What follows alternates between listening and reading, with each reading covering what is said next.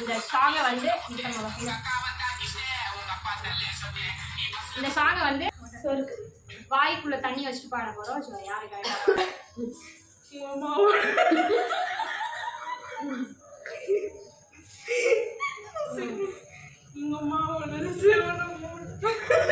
சரி, நான் செவனே தானா போய்க்கிருந்தேன்.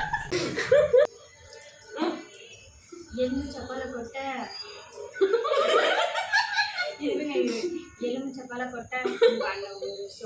அவன் எடுத்து வரலாம். காலையில என்ன விளையாட்டு காட்டுறாங்க, எப்படி எல்லாம் சோதிக்கிறாங்க.